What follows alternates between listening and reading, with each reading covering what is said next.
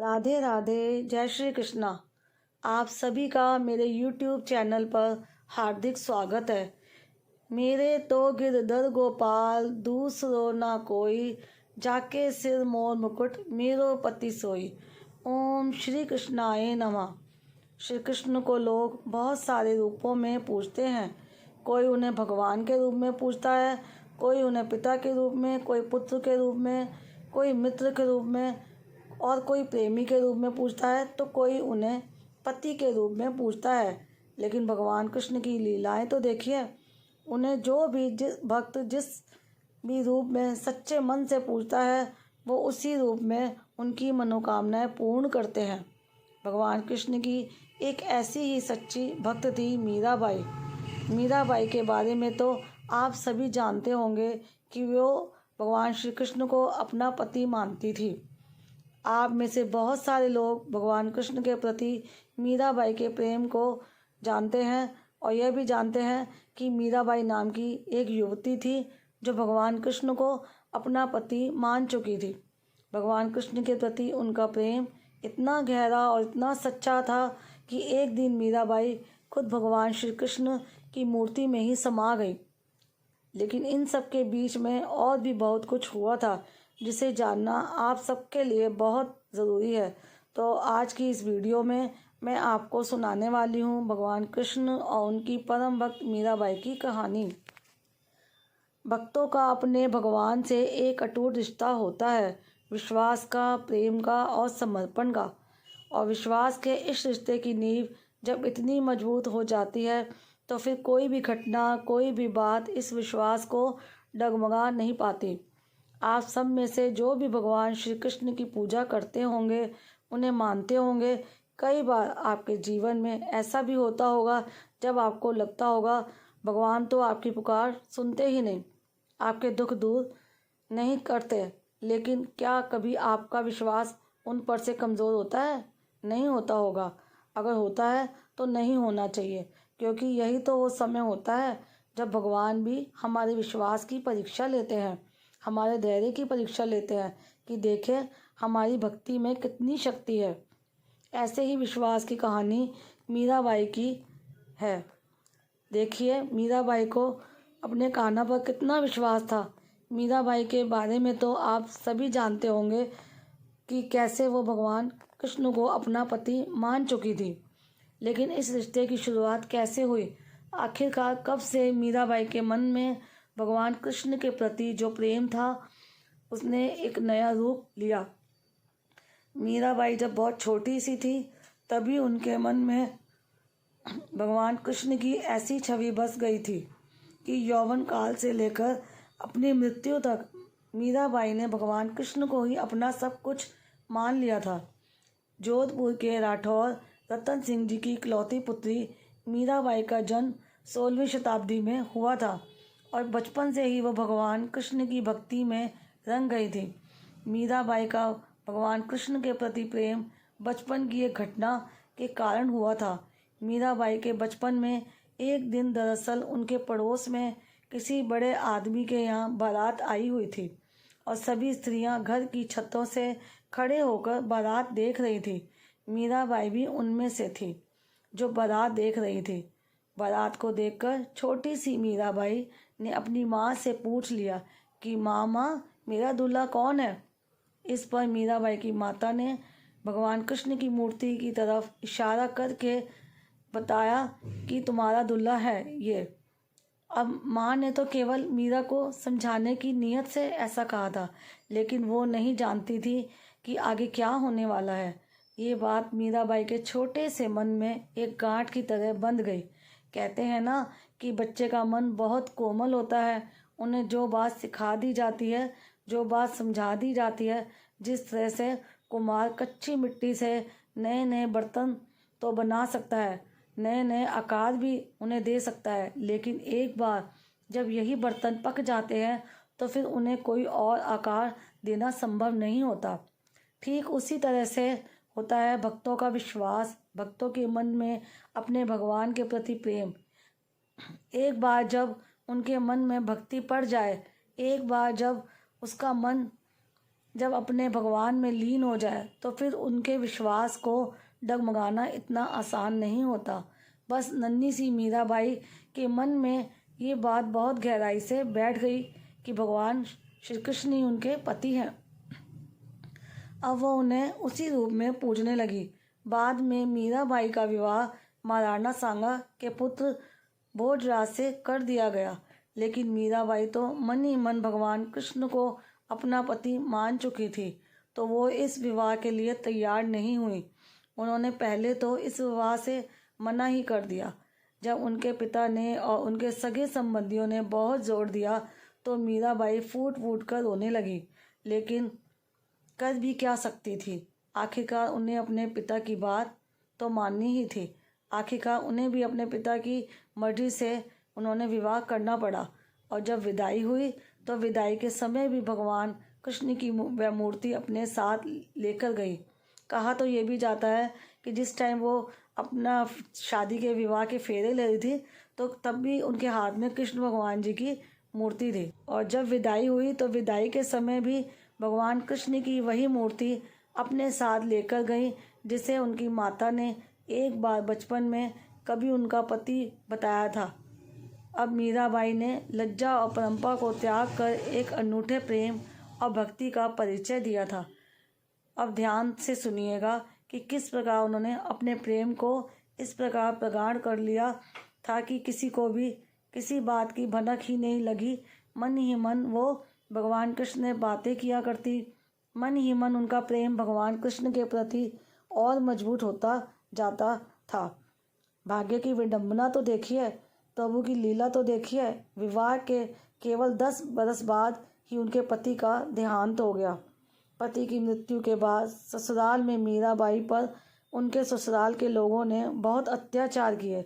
इतने अत्याचार किए कि हर कोई इन अत्याचारों को सहन नहीं कर सकता था। इनके देवर राणा विक्रमजीत को इनके यहाँ साधु संतों का आना जाना बहुत बुरा लगता था। ऐसा इसलिए क्योंकि भगवान कृष्ण की भक्ति जो मीराबाई करती थी वो कोई साधारण भक्ति नहीं थी।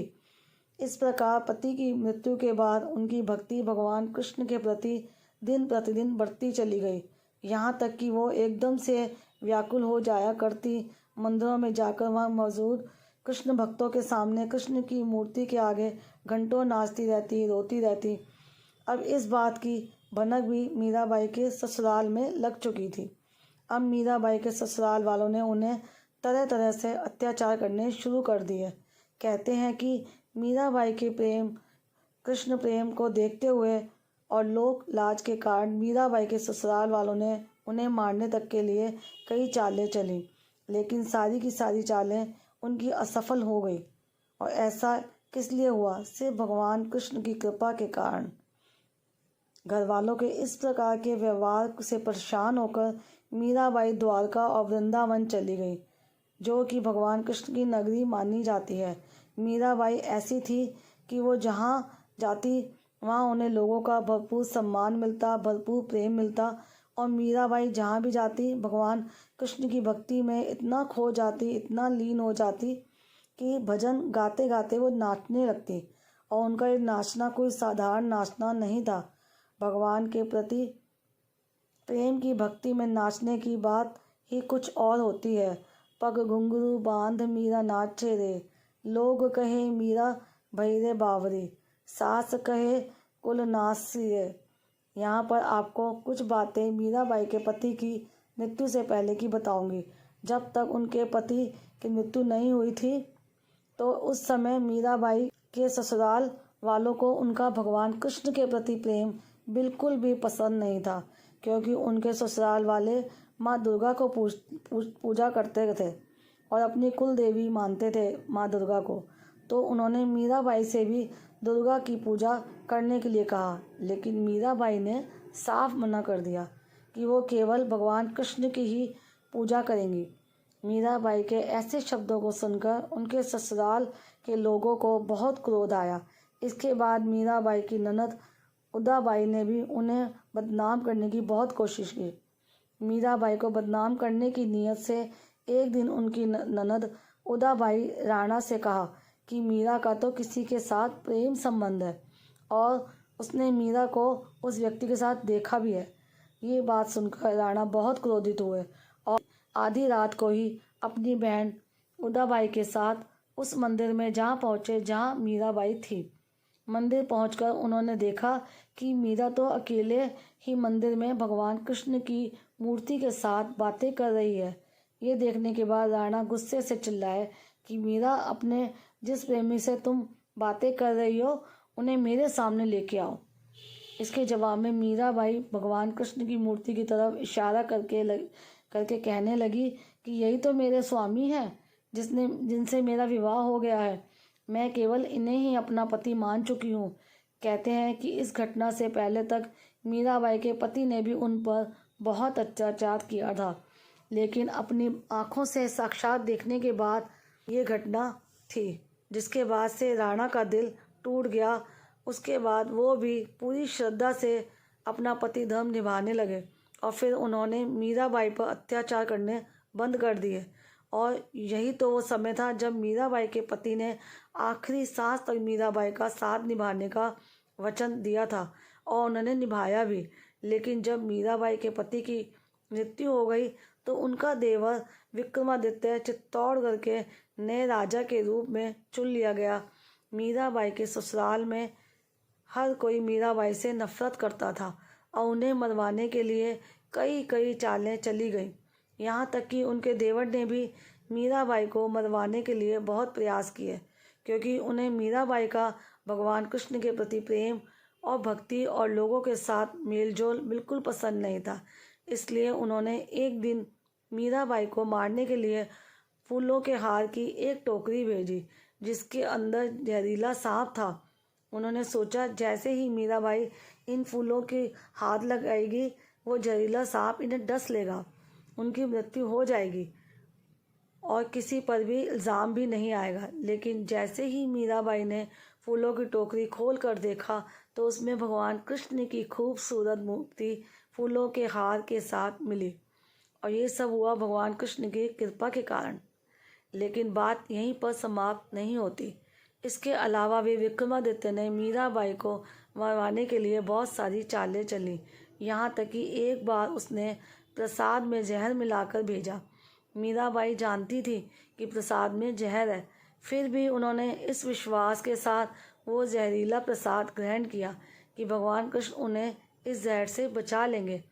कहते हैं इस प्रकार जब मीराबाई को मारने की कोशिश जो थी वो हद से ज़्यादा बढ़ गई, जिससे मीराबाई को बहुत दुख हुआ। कहते हैं जब ये कोशिशें हद से ज़्यादा बढ़ गई तब मीराबाई ने तुलसीदास जी को एक पत्र लिखकर उनसे राय मांगी। तब तुलसीदास जी ने पत्र के जवाब में लिखा कि उनका त्याग कर दो जो तुम्हें नहीं समझ सकते, क्योंकि भगवान के लिए प्रेम ही सच्चा प्रेम होता है। बाकी सब दूसरे रिश्ते झूठे और समय के अनुसार बदल जाते हैं। इस पत्र के जवाब के बाद भी मीराबाई भगवान कृष्ण के प्रति प्रेम और भक्ति में लीन रही। लेकिन मीराबाई का जीवन उस समय पूरी तरह बदल गया जब अकबर और तानसेन वेश बदलकर मीराबाई के भजन और गाने सुनने के लिए चित्तौड़गढ़ के मंदिर में आ पहुँचे। उन्होंने मीराबाई के पवित्र चरण छूकर कीमती जवाहरात की माला भगवान कृष्ण की मूर्ति के आगे रख दी। जैसे ही राणा को यह सूचना मिली तो वो बहुत क्रोधित हो गए और उसके बाद उन्होंने मीराबाई से कहा कि जाकर डूब मरो और जीवन में कभी मुझे अपना चेहरा मत दिखाना। तुम्हारे कारण मेरे और मेरे परिवार की बहुत बदनामी हो चुकी है। तुमने हमें लाछन लगाया है। मीराबाई ने भी इस सब बातों का पालन किया और वो गोविंदा, गिरधारी, गोपाला ये नाम जपते जपते भगवान श्री कृष्ण के ख्यालों में नाचते नाचते नदी की ओर बढ़ने लगी अपना जीवन समाप्त करने के लिए। लेकिन जैसे ही मीराबाई ने नदी में कूदने का प्रयास किया तभी पीछे से उनका हाथ थाम लिया और वो इस प्रकार नदी में गिरने से बच गई। उन्होंने जब मुड़कर देखा तो अपने प्रेमी कृष्ण को वहाँ खड़ा पाया। भगवान कृष्ण को अपने पास देखकर मीराबाई को बिल्कुल विश्वास नहीं हुआ और वही कृष्ण भगवान की गोद में बेहोश होकर गिर पड़ी। ये देखकर श्री कृष्ण भगवान मंद मंद मुस्काए और मीराबाई के कान में धीमे स्वर में कहने लगे, मेरी प्यारी मीरा, तुम्हारा जीवन नश्वर रिश्तों के साथ अब समाप्त हो चुका है। अब तुम आज़ाद हो, खुश रहो। अब से तुम मेरी हो और हमेशा मेरी ही रहोगी। कहा जाता है इसके बाद मीराबाई वृंदावन चली गई और मीराबाई फिर कुछ समय बाद यहाँ से भी द्वारका चली गई, क्योंकि वो ऐसा सोचती है कि एक स्त्री का तो अपने पति के ससुराल में रहना ही उचित है, और मेरे पति तो गिरधर गोपाल हैं, इसलिए मेरी ससुराल तो द्वारका हुई। ऐसा मन में विचार कर मीराबाई द्वारका में चली गई। यहाँ पर भगवान की खूब भक्ति करती, खूब भजन गाती, भजन कीर्तन करती, साधु संतों का जीवन जीने लगी। अब साधु संतों के संग सत्संग, कीर्तन और भजन करती। बाकी लोग भी उन्हें देवी मानकर उनका सम्मान किया करते। कहते हैं कि यहीं पर भगवान कृष्ण की भक्ति करते करते एक दिन मीराबाई भगवान कृष्ण की मूर्ति में सशरीर ही समा गई। हालांकि मीराबाई की मृत्यु के बारे में लोगों के बहुत सारे विचार हो सकते हैं, लेकिन इनमें से जो विचार एक माना जाता है वो मैंने आपको बताया। कहते हैं कि जब मीराबाई की साड़ी एक छोर मूर्ति के साथ पड़ा हुआ मिला, तब कहा जाता है लोगों ने यह मान लिया कि मीराबाई सशरीर ही भगवान कृष्ण की मूर्ति में समा गई। मानवता है मीराबाई का प्रेम, बहुत महान प्रेम है मीराबाई का भगवान कृष्ण के प्रति। सच्चा था कि भगवान कृष्ण ने उन्हें अकेला नहीं छोड़ा। ये भी भगवान कृष्ण की परम भक्त मीराबाई की कहानी। उम्मीद करती हूँ आज की ये कहानी आपको बहुत पसंद आई होगी। कहानी आपको कैसे लगी कमेंट बॉक्स में कृष्ण भगवान की जय लिखकर मुझे ज़रूर बताइएगा। राधे राधे, जय श्री कृष्णा। वीडियो को यहीं एंड करती हूँ।